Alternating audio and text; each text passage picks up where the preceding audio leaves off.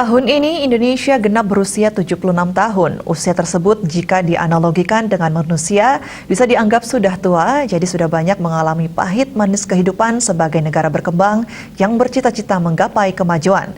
Cita-cita luhur ini bisa terwujud bila semua warga negara yang ada dan hidup di NKRI bahu-membahu dan bekerja sama untuk turut andil menjaga dan mengisi kemerdekaan tersebut. Profesor Nimade Ratminingsih, dosen Prodi Pendidikan Bahasa Inggris Undiksa, menyampaikan kemerdekaan yang susah payah diraih tersebut mestinya dijaga oleh generasi berikutnya. Cara menjaga tentunya tidak perlu dengan pengorbanan darah dan jiwa raga seperti para pahlawan yang mengusir penjajah dahulu.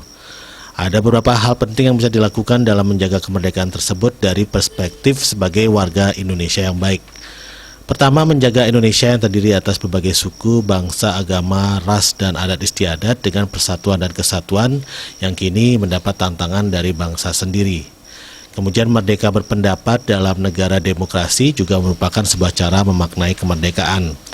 Berbeda pendapat adalah sebuah keniscayaan, namun perbedaan tersebut bukan lantas menyebabkan kita benci satu dengan yang lain atau menjatuhkan orang lain. Menjaga Indonesia juga dapat dilakukan dengan menunjukkan prestasi baik berupa prestasi belajar maupun prestasi kerja. Sesungguhnya berprestasi itu lebih kepada aktualisasi diri, menjadikan diri lebih baik dan punya masa depan.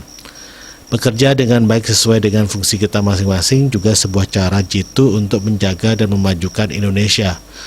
Apapun jenis pekerjaan, sekecil apapun kontribusinya, bila menunjukkan kinerja baik, maka Indonesia akan menjadi negara yang hebat dan dikagumi. Prestasi yang dimaksudkan tidak mesti harus prestasi mendunia seperti yang baru-baru ini ditunjukkan oleh dua atlet badminton yang mengantongi medali emas pada Olimpiade Jepang. Bali Post melaporkan.